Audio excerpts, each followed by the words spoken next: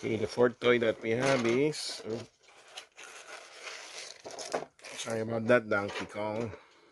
The fourth toy that we have is, I believe, a new character in Super Mario, but it's actually a character from the Super Mario Galaxy.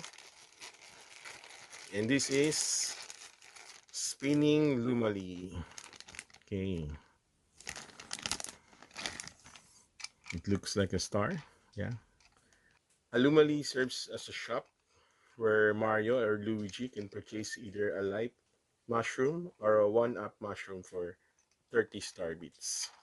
So that's why it looks like a star. It's Lumali. Again, these are one-piece toy. No stickers. And I think just like Spinning Peach, Lumali also spins, but with a knob at the side of the base. Nice. Once again, these are fun toys. Not much of a detail because it's a star. Okay.